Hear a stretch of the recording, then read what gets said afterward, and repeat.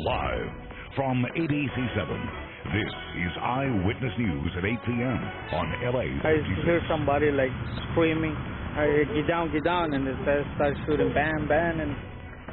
A shootout leaves a San Bernardino police officer gravely injured and the suspected gunman dead. An assault rifle was found at the scene.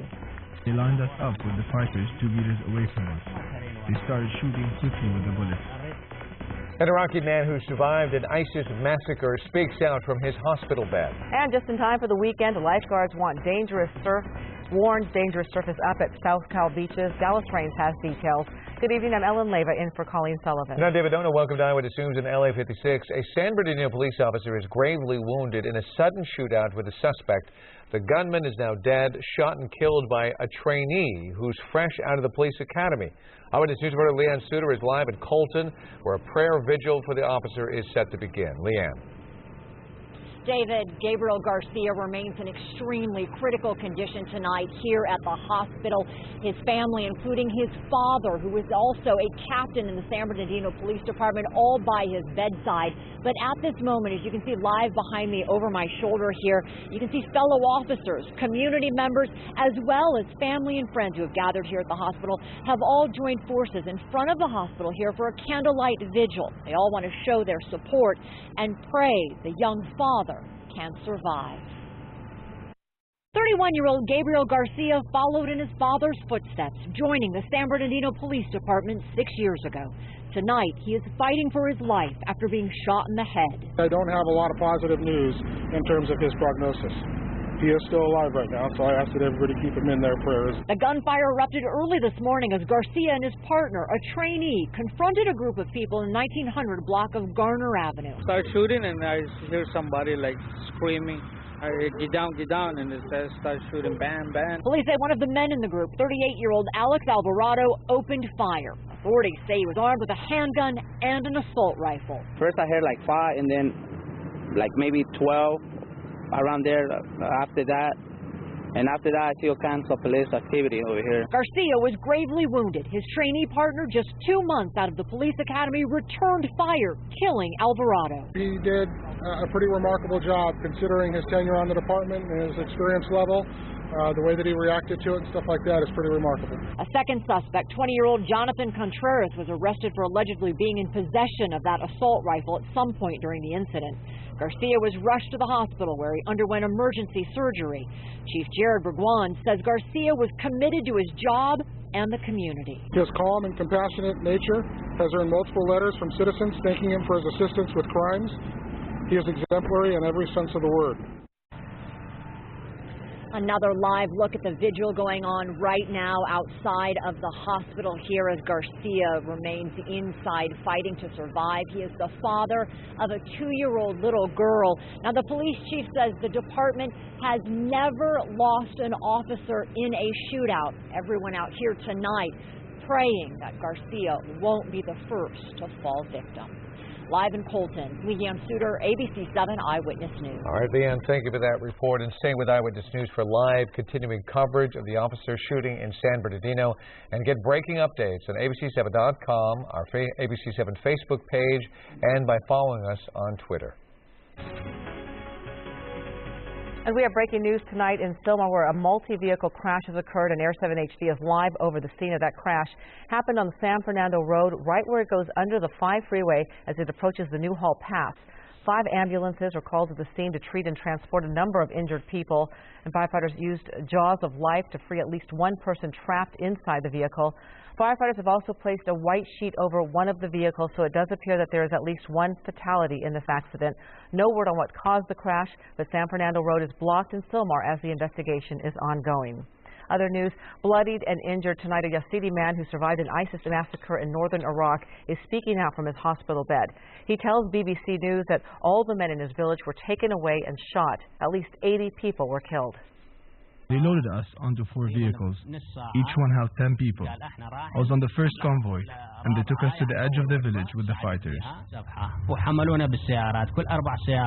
There were 4 fighters in each car, carrying arms, and they lined us up with the fighters 2 meters away from us. They started shooting quickly with the bullets. How did you survive? They shot us and then came back and checked for any movements or breathing and fired again if they saw any. Then they came with a bulldozer to bury us, even those that were still alive. That created a lot of dust above me, and I was able to crawl away from the bodies. He was shot 5 times. He tells the BBC that all the women and children in his village, including members of his family, were also taken away.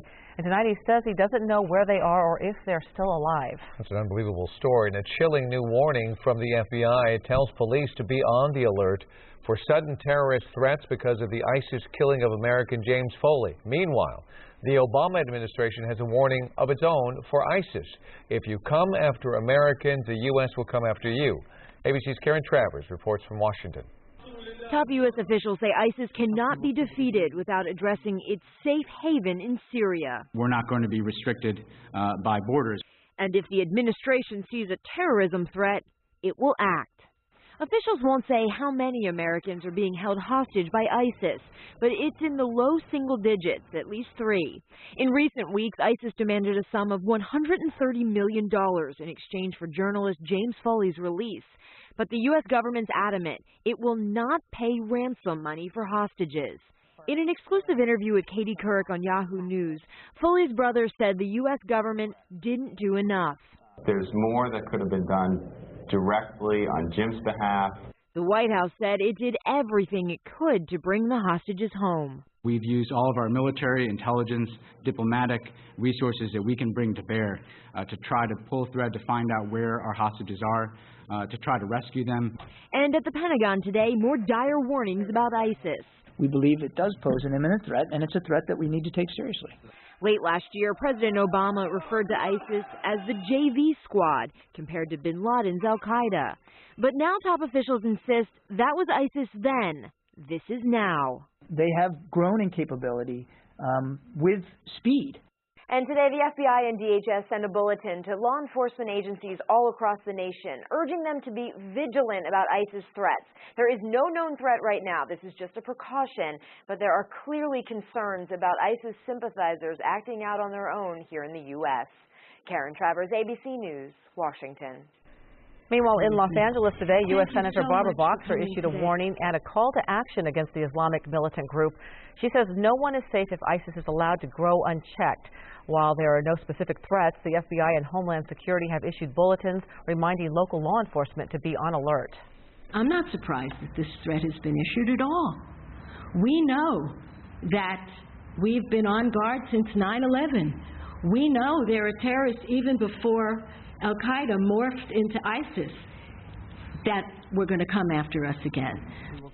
Top U.S. officials say ISIS cannot be defeated without addressing its safe haven in Syria. Things appear to be calming down in Ferguson, Missouri after more than a week of violent unrest in the streets. People have been mulling around the streets tonight, where some marchers say that they aren't done just yet. In the meantime, racial tensions exploded nearly 2 weeks ago after a police officer shot and killed an unarmed black teenager. Police say only 8 protesters were arrested last night with no serious confrontations. Missouri Highway Patrol Captain Ron Johnson credits the change to a lot of hard work. By the citizens of this community, the citizens of this state, and the men and women of law enforcement that have been out here in a dedicated effort to make this community safe. The governor sent the National Guard home yesterday. The funeral for Michael Brown is scheduled for Monday. A grand jury is now considering the case and is expected to hear from Officer Darren Wilson. Controversial rap video attacks the LAPD. Critics fear it is calling for revenge over the fatal police shooting of an unarmed man. But the maker of the video tells a different story, as we find out from Eyewitness News reporter Robert Tolkien. The song is called F the Police, and the obscenity-laced lyrics take aim directly at the LAPD. But the creator of the song and the video says his lyrics are not to be taken literally. I'm an artist, so I use music to express my feelings, you know. Sibo the Rapper is a South LA-based musician who released this controversial video earlier this week. He says it was inspired by the recent police shooting of his friend Ezell Ford, an unarmed man who was killed by LAPD officers after a confrontation in South Los Angeles last week. We know that we can't go at war with the police and throw rocks and, shoot guns at them or anything like that. We understand that, but we do know that we have a right. At one point, people in this video can be seen making hand gestures that look like pistols. The Los Angeles Police Protective League, the union that represents more than 10,000 LAPD officers, says the video could inspire others to take revenge on officers. So what about when you guys are jumping out with real, actual live guns in our faces? And screaming, sweating, looking very angry. How we're the ones that should be scared. We should feel threatened. Still, some feel that songs like these don't do anyone any good. My concern is for the safety of those that are out there every day. Cheryl Dorsey is an author who spent 20 years as a member of the LAPD. If I were a few years dumber and I heard that, I might want to act on it. And so that's what concerns me, is that someone might hear that and might take it to heart literally and then go out and do something. Others feel like focusing on the song only clouds the larger issue. It doesn't necessarily mean that they are just going out and they're going to attack police officers, commit violent acts against it. I haven't seen any evidence of that. Earl Ofari Hutchison is the host of the Hutchison Report on KTYM Radio. This morning's broadcast focused on how the LAPD is handling the Ford shooting. The bottom line is there's going to have to be a real coming to grips with how these things happen, why they happen, and not just what happened in the past or the present, but how it can be done differently and even better in the future. The Ford shooting remains under investigation. The LAPD has not released the autopsy report, saying that it is trying to preserve the integrity of the investigation. Reporting from downtown LA, Robert Olguin, ABC7 Eyewitness News. A warning for beachgoers this weekend. A tropical storm is churning out in the Pacific, and it's stirring up some dangerous surf along our coastline. A surf advisory remains in effect for LA and Orange County beaches. In addition to large waves, rip currents are also being spotted. Lifeguards are warning swimmers that conditions may be dangerous and to obey all posted warning signs. So if you go to the beach, probably stay out of the water. Yeah. But I'll tell you, the temperatures are great. And here's Dallas Raines. That's right, David and Ellen. Down in Orange County tonight, we're looking at clear skies. However, marine layer clouds are coming in quickly this evening, so most of OC will be cloudy tomorrow morning. Temperatures are just fantastic at this hour. Up at Fullerton, you're at 72. Down at Santa Ana, 73. 71 at Long Beach. And in the valley, it is 76 degrees. We're going to check that forecast for those big swells that are coming out of the south, all from a hurricane tropical cyclone. And the weekend forecast. Just a minute. See that. Thank you, Dallas. Thanks, Ellen. An escalation in fighting today between Hamas and Israel. In Israel, an explosion killed a 4-year-old boy when a mortar shell hit 2 cars in a small farming community. 5 other Israelis were hit in rocket attacks. Meanwhile, Israel's military says it carried out at least 35 airstrikes in Gaza. It's also warned residents to get away from areas where Hamas conducts its activities, saying the group, quote, has decided to go to war again. This as Gaza militants apparently executed 18 alleged spies. Up next, children hurt in a Ferris wheel accident. What caused this mishap? Plus, we're hearing from a woman accused of using fake babies to gain access to California Hospital's maternity ward. And an over-the-top parking sign that has drivers scratching their heads. You have to see this story when Eyewitness News returns.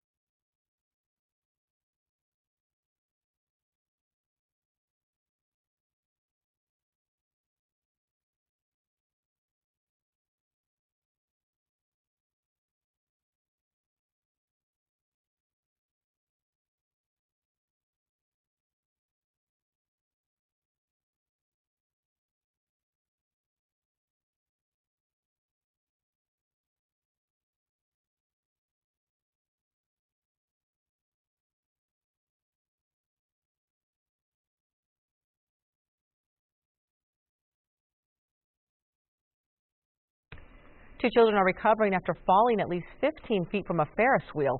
Happened at the Chelsea Community Fair yesterday outside of Ann Arbor, Michigan. Not clear how they fell. The boy has been released from a hospital. The girl remains hospitalized for observation.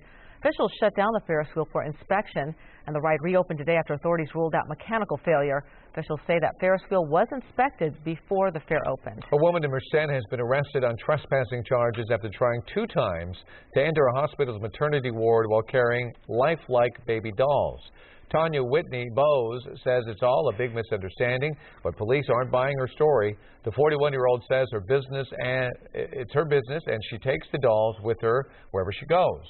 Bowes says cervical cancer stole her chance to have any more children, so she makes the dolls for women who have lost babies or can't have them. I'm sorry for the misunderstanding. If I knew that this would happen, I wouldn't have done it. In no way did I feel, I didn't mean to make anybody feel threatened or scared or freaked out. Well, police say they don't buy her sales pitch and are concerned that she was there to potentially abduct a baby. Bo's husband was with her during the first attempt to enter the maternity ward. He was not cited because he did not enter the hospital during the second visit. What a sight in the sky over the Coachella Valley. A giant dust storm in Palm Springs where wind gusts of just 40 miles an hour kicked up across the desert floor. It created a dust storm known as a haboob. It knocked down trees and left drivers with low visibility. A driver who shot this dramatic video says the winds were so intense it knocked the door straps off his Jeep. Wow, that's pretty strong. Well, Dallas Rains joins us to talk about our weather. We have high surf and a haboob, Dallas. That's right. Yesterday's storms produced those big sandstorms, and they're all from downdrafts that come out of these thunderstorms, and they can go up to 60 knots, and that can blow up a lot of sand. Marine layer clouds coming into the lovely OC later tonight. Just about everybody will wake up to cloudy skies tomorrow morning. Let's check the live Megalopolis 7000 HD. We're scanning the OC from Fullerton down to Santa Ana. Good evening to you. Showing nothing on the radar scope at this hour. We had thunderstorms the past couple of days. Everything looks pretty quiet out there tonight. Temperatures are great, too. Fullerton, you're at 72, 73 down at Santa Ana. As I mentioned, we're going to have those marine layer clouds all over the place tomorrow morning. Also, surf is going to be big. It was big today. That's a hurricane south swell, so be very careful. You saw the marine layer driving up at Big Bear. That shows you how far that marine layer is coming in.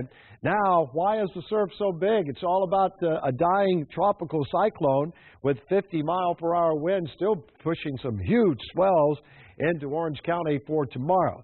Satellite view shows a low tracking eastbound, little cold front with it. That is going to bring on the onshore flow. That's why I'm forecasting that marine layer and much cooler temperatures across all of the OC and all of L.A. 87 degrees tomorrow, Santa Clarita. Going to be downtown Los Angeles. We'll start out with some morning fog and low clouds. And then down in Anaheim tomorrow, beautiful day, only 83 for an afternoon high. Out in the IE, we're looking great too at about 88 at Riverside.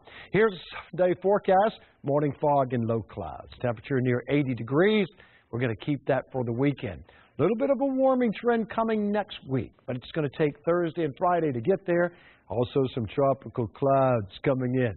Here are the valley temperatures. Boy, it just could not be nicer. 87 to 90. And then next week, start to warm up a little bit. Also, going to be watching for a tropical cyclone coming up, Marie, a new one that's forming off of Mexico. We're going to have to watch that one very carefully.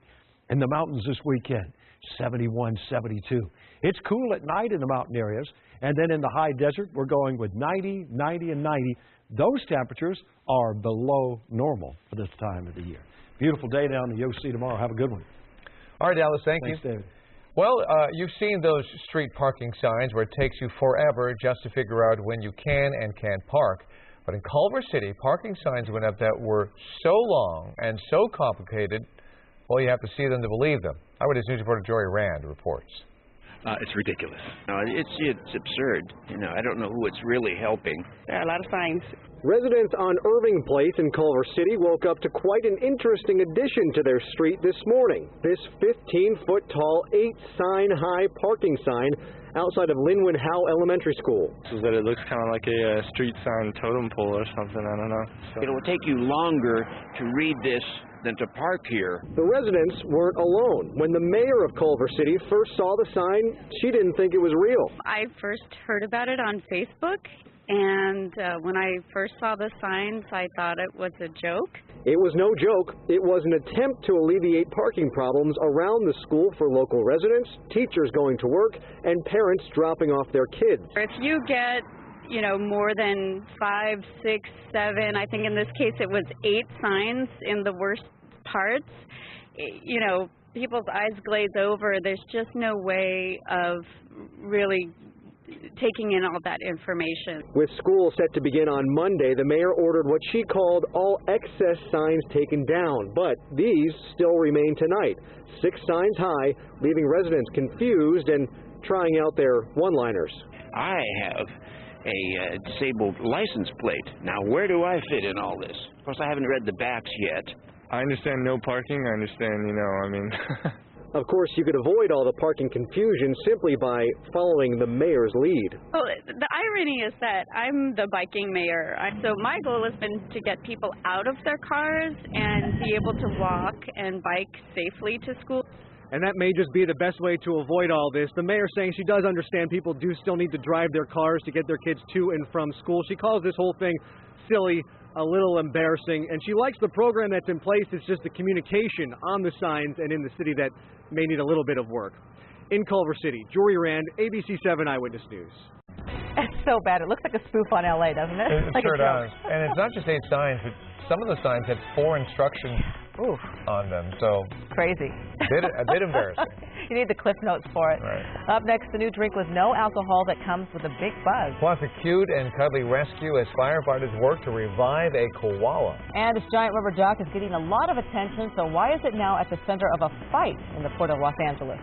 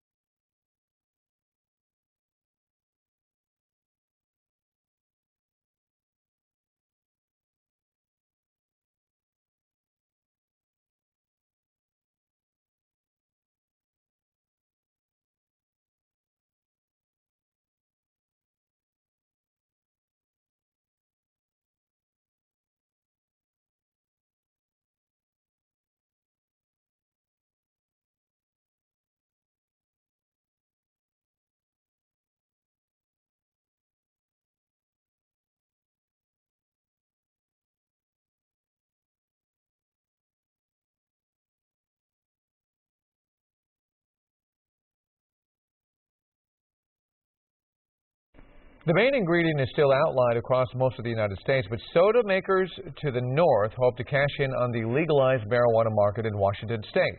The sodas, sold by Mirth Provisions, are infused with THC and come in lemon ginger, pomegranate, and Rainier cherry flavors. The company has also developed pot-infused coffee drinks, but sales of those are on hold for now until the state gives the green light. This may be the best animal rescue we've seen in a long time. A firefighter giving mouth-to-mouth to a koala bear. Happened in Australia, naturally. The little koala got hit by a car and took shelter up a tree. It was badly injured, so firefighters used a hook and ladder to pull it from the tree, then caught it in a blanket before it hit the ground. The koala was not breathing, so one firefighter gave it chest compressions and then bent down to give it mouth-to-mouth. Good boy. Come on, you get angry. They named koala Sir Chomsalot and took him to an animal hospital. He is now recovering. I hope he's okay. Yeah. Cute little guy. I know. Yeah, rough day for him. We're updating the evening's top stories next at 8:30, including the latest on a San Bernardino police officer badly injured in an overnight shootout. Plus, a convicted murderer speaking out from behind bars, the exclusive jailhouse interview. And Senator Harry Reid in hot water, the joke that's forcing him to issue a public apology.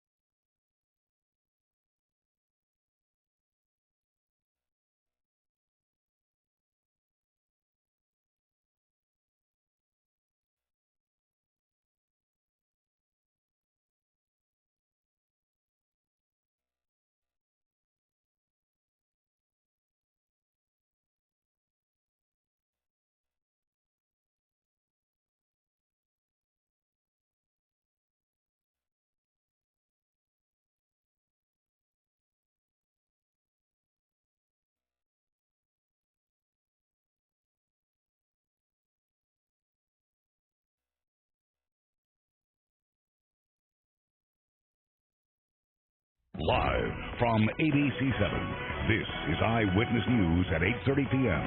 on LA56. Our top story at 8:30, a San Bernardino police officer is wounded and in grave condition after a shootout with a suspect. I'm David Ono. I'm Ellen Leyva. This is Eyewitness News at 8:30 on LA56.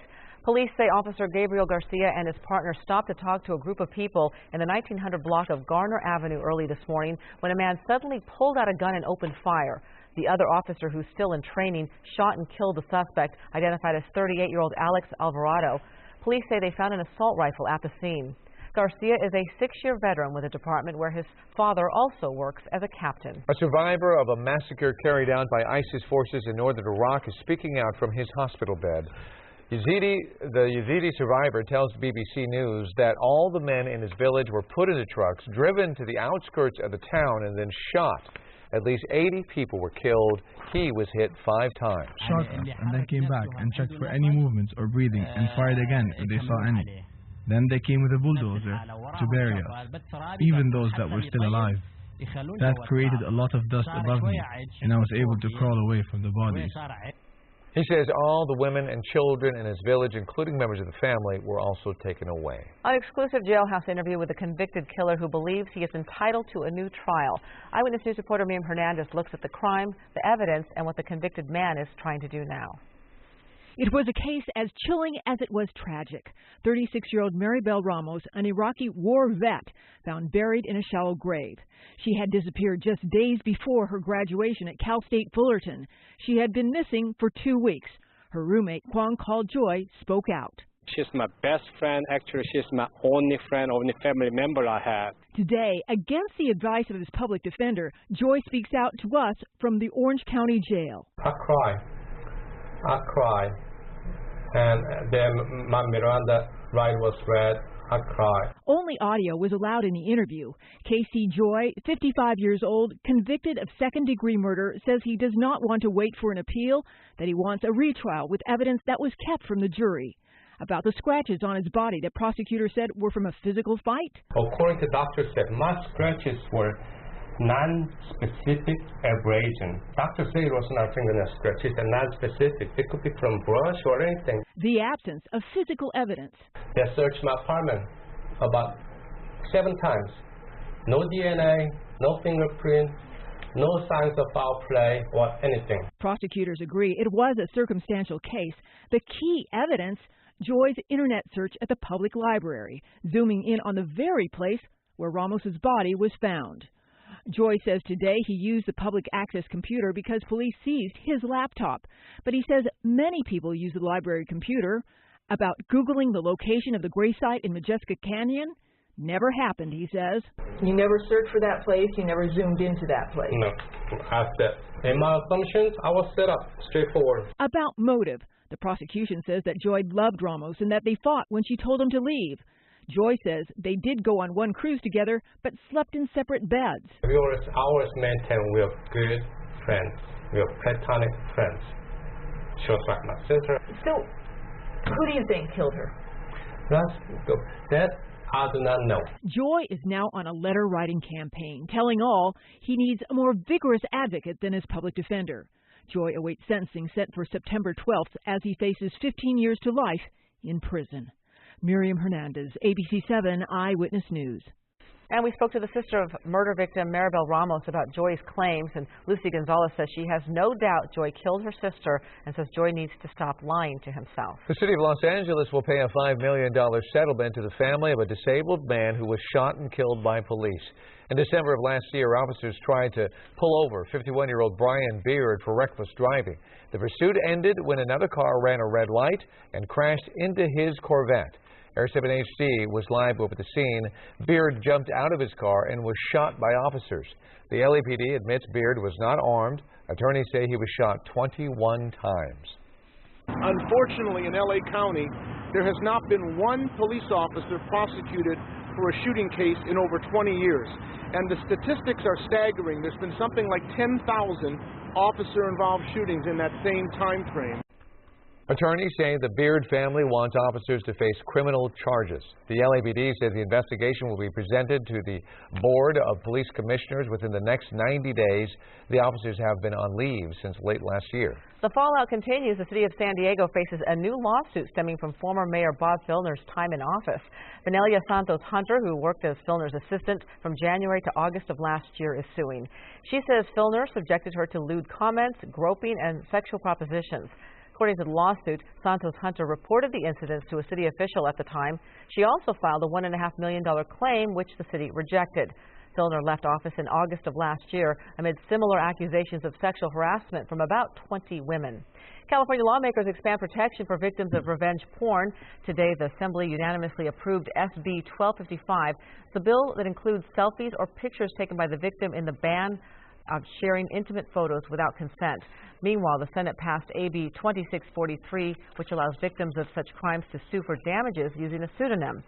Under current law, it is a misdemeanor to post identifiable nude photos of someone without permission with the intent to cause emotional distress or humiliation. Senate Majority Leader Harry Reid is apologizing for several jokes he made about Asians. I don't think you're smarter than anybody else, but you've convinced a lot of us you are. One problem I've had today is keeping my wrongs straight. The jokes were made yesterday while speaking to the Asian Chamber of Commerce in Las Vegas. Both comments were met with laughter from the crowd. This YouTube video was posted by the Republican group America Rising. Reid later issued a statement saying, quote, "My comments were in extremely poor taste, and I apologize. Sometimes I say the wrong thing." The Asian Chamber of Commerce director says he hasn't heard any complaints about the senator's comments. Russia has sent more than 130 trucks into Ukraine, calling it a mission to deliver humanitarian aid. Ukraine calls it a direct invasion. NATO and the U.S. are condemning the move, with the U.S. demanding that it be withdrawn. The trucks entered Ukraine today without government permission. The convoy had been held at the border for a week because Ukrainian officials thought the mission was a ruse to help pro-Russian separatists in eastern Ukraine. Russia says the trucks are carrying food, water, generators, and sleeping bags. And the Obama administration says it is protesting to China a Chinese fighter jet conducting a dangerous intercept of a U.S. Navy aircraft off the coast of China in international airspace. Here are the pictures of the Chinese fighter jet from the U.S. government. Officials say 3 days ago the Chinese jet made several close passes by the Navy P-8 Poseidon plane, doing a roll maneuver over the top of the plane and passing across the nose, exposing the belly of the fighter, apparently to show it was armed. This is the fourth such incident since March. A Southwest Airlines jet makes an emergency landing after blowing a tire during takeoff. Southwest Airlines says Flight 8 was bound for Austin but returned to Love Field in Dallas. The pilot flew by the airport so Southwest personnel and air traffic controllers could check for any damage and then landed the plane. After checking the plane, officials towed it back to the gate. No injuries were reported, and there were 125 passengers and 5 crew members on board. The passengers were put on a later flight to Austin. He's cute and extremely popular, so why is a giant rubber duck causing so much controversy at the Tall Ships Festival in San Pedro? Well, apparently he's too popular and stealing the show. But as Eyewitness News reporter Leo Starworth explains, that's just the start of the trouble. The largest rubber duck in the world has been a hit for thousands of people at the Tall Ships Festival at the Port of Los Angeles in San Pedro. Say hi, Ducky. Hi, Ducky. Okay. Rubber Ducky, you're the one. The oversized duck was at Port Sakal for the first day of the festival Wednesday and was moved north of there yesterday to the World Cruise Terminal. That has set off a firestorm of concern for some business owners in Port Sakal who feel they are losing customers who are following the duck. They're taking all their customers and they're following the duck. They're not staying over here with us. What does business look like now with the duck being north of you? They're still bringing customers in, but not as we expect it to be. Organizers of the festival say while the event has drawn thousands of visitors to see the world's largest rubber duck, they are anticipating much larger crowds this weekend. They say moving the popular duck to the World Cruise Terminal will allow visitors more room to move around and visit the duck while also seeing the tall ships in the same area. How many people have visited thus far? Oh, I think we're around 50,000, but that's, those are our weekday numbers. This afternoon, tomorrow, and Sunday is when we really see our masses come in. And you can tell today, if you look down the dock here, it's getting pretty packed. Kind of our idea behind having the duck here is introducing tall ships to the community that doesn't really know about it yet. This 6-story, 11-ton bath toy is capturing the hearts of everyone out here, a rubber ducky. A duck that brought joy to merchants and restaurant owners in Port Sakal until they feel it floated away with their profits. At the Port of Los Angeles and San Pedro, Leo Starworth, ABC7 Eyewitness News. Up next, a first look at a brand new Las Vegas hotel and casino opening tonight. And if you're looking for a weekend movie, our entertainment guru George Pinocchio runs down what's new in theaters. Hi everyone, I'm meteorologist Dallas Reyes. Marine layer clouds have already moved into the OC. I'll have your weekend forecast.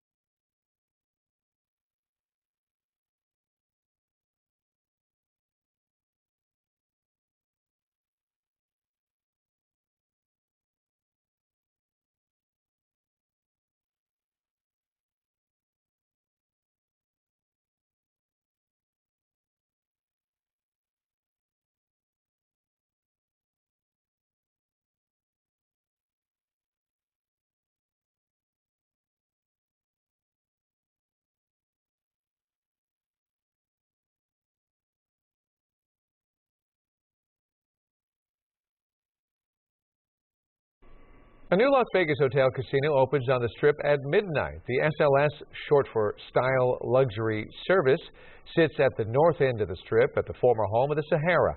By the early 60s, the Sahara was one of the top hotels on the Strip. The Beatles stayed there when they played Vegas, but by the 90s it was in decline and it closed in 2011. Unlike most of the old casinos, it was not imploded, but instead underwent major renovations. The SLS will feature a smaller casino, but a lot of food choices, including Umami Burger and the Griddle Cafe. As we close in on the end of summer, 3 new wide releases try to sneak a few extra dollars out of the box office. 2 emotionally driven films and 1 genre-bending sequel hope to unseat the top-selling Ninja Turtles. And here's entertainment guru George Finocchio. Am I dying? Here's the secret, baby. If you live, if you die, it's all up to you. If I Stay is the latest best-selling young adult novel to make it to the big screen. Chloe Grace Moretz stars as a teenager who must deal with the aftermath of a horrific car accident. She's in a coma, and during an out-of-body experience, must decide whether she should stay in this world or cross over to the next. Don't let a game define who you are. Let the way you live your lives do that. When the Game Stands Tall is inspired by a true story and highlights the incredible winning streak of the De La Salle High School football team. The Concord, California team boasted a 151-game winning streak over 12 years. Adversity sets in after they finally do lose a game, and then a violent incident sends everyone reeling. Jim Caviezel and Michael Chiklis star as coaches who help their team and their town recover after the tragedy. Maybe I'll go crazy. Crazy sounding pretty good right now. Robert Rodriguez and Frank Miller team up again for a second visit to Sin City. In A Dame to Kill For, we see another stylized crime thriller featuring an all-star ensemble, including Jessica Alba, Powers Booth, Josh Brolin, Rosario Dawson, Joseph Gordon-Levitt, Eva Green, Dennis Haysbert, Mickey Rourke, and Bruce Willis. The movie is rated R. New and in limited release is Are You Here?, a film written and directed by Madman's Matthew Weiner. Owen Wilson and Zach Galifianakis play best buddies whose grown-up lives are pretty much a mess. After Zach's father dies, the pals head to his funeral and then butt heads with the family back home after Dad's will leaves everything to his wayward son. Also new on the independent front, Alfred Molina and John Lithgow in Love is Strange. The 2 stars play longtime companions who are finally able to tie the knot. Yes, it may have become legal for the couple to marry, but their union is not accepted by everyone. One of the men is fired from his job as a teacher at a Catholic school. That means they have to sell their condo and move in with family and friends while they struggle to get back on their feet. George Pinocchio, ABC7 Eyewitness News. A lot of choices there. Well, Dallas Rains is up next with your weekend forecast. Plus, the St. Louis Rams lend a helping hand to all the Ferguson High School football programs. Details coming up in sports and this story. A big event going on at Santa Monica's Museum of Flying. And when you're talking airplanes, you're talking this guy. I'm Robert Hayes. That story coming right up.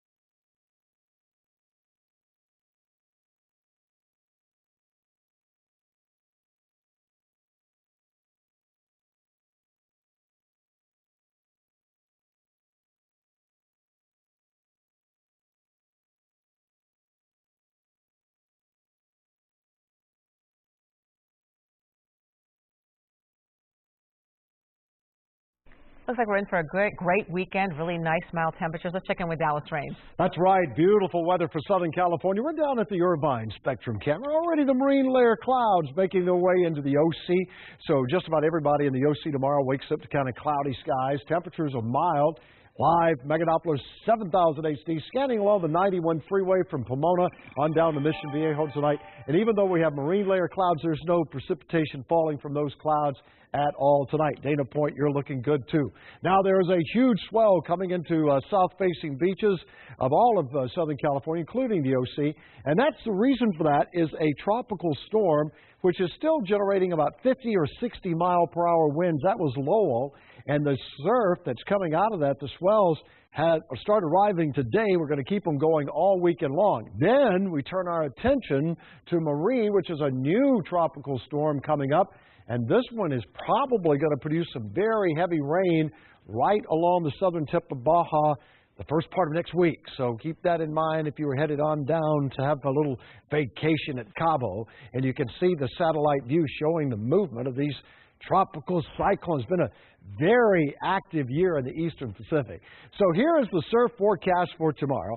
Malibu, you're at 3 to 6 feet out of the south-southwest, but Huntington Beach, a few 8-foot breakers with a high tide at 9:23.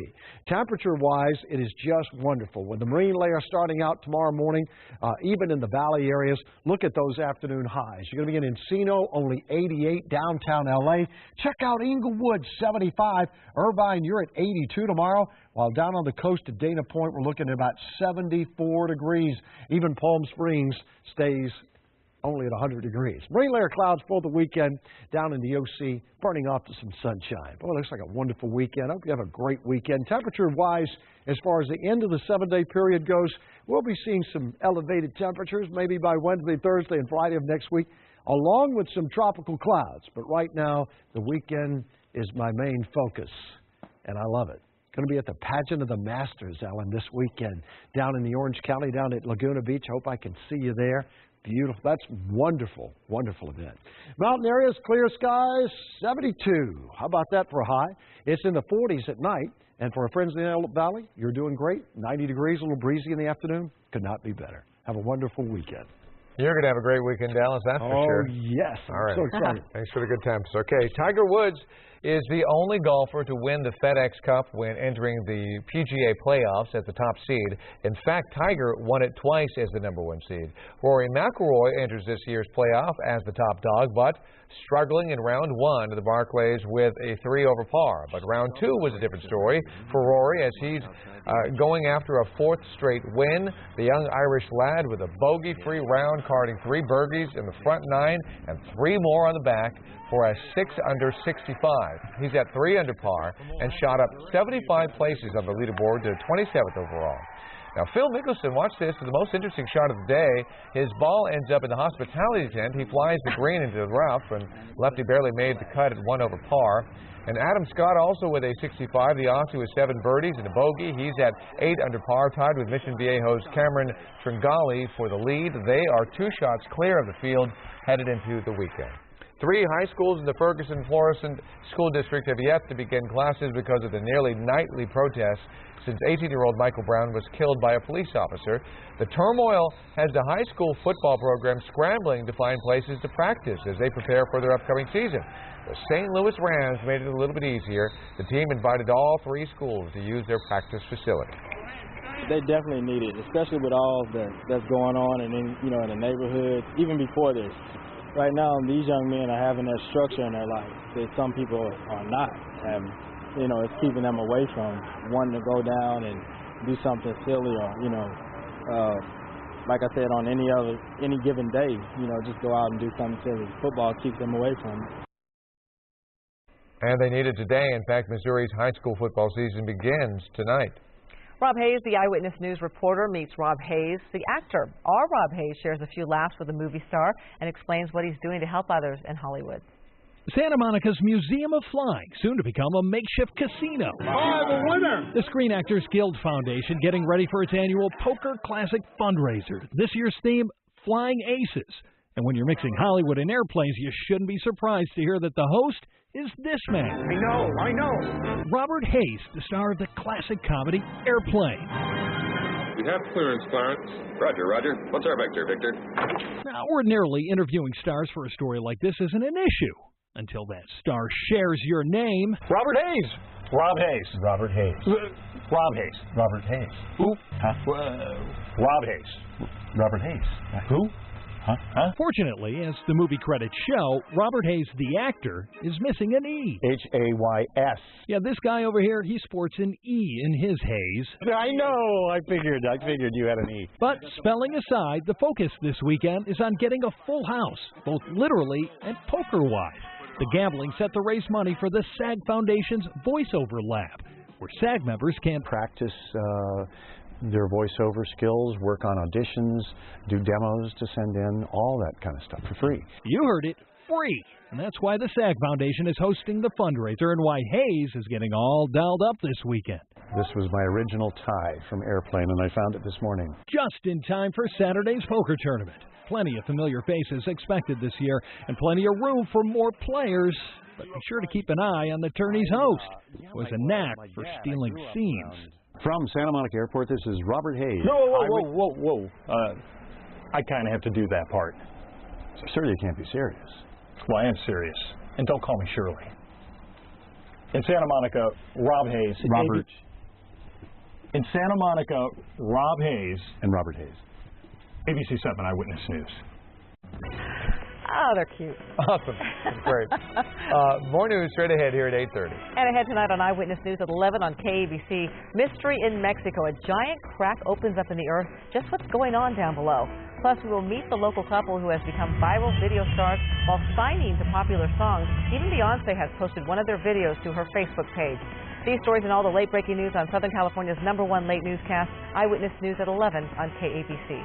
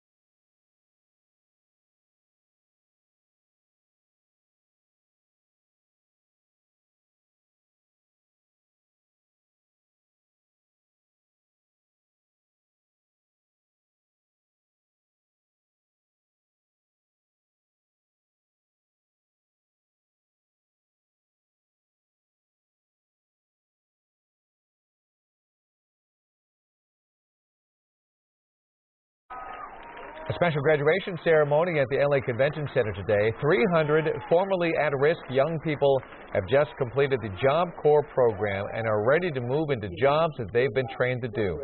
This also marks the 50th anniversary of the program, founded by the late Sergeant Shriver. Shriver was posthumously honored with a Legacy Award. The Job Corps is the largest vocational training program in the country. The goal is to prepare young people for the workforce. A new charter school opened today in East Los Angeles. It is named after astronaut Ellen Ochoa, the first Latina to visit space and to be named director of NASA's Johnson Space Center.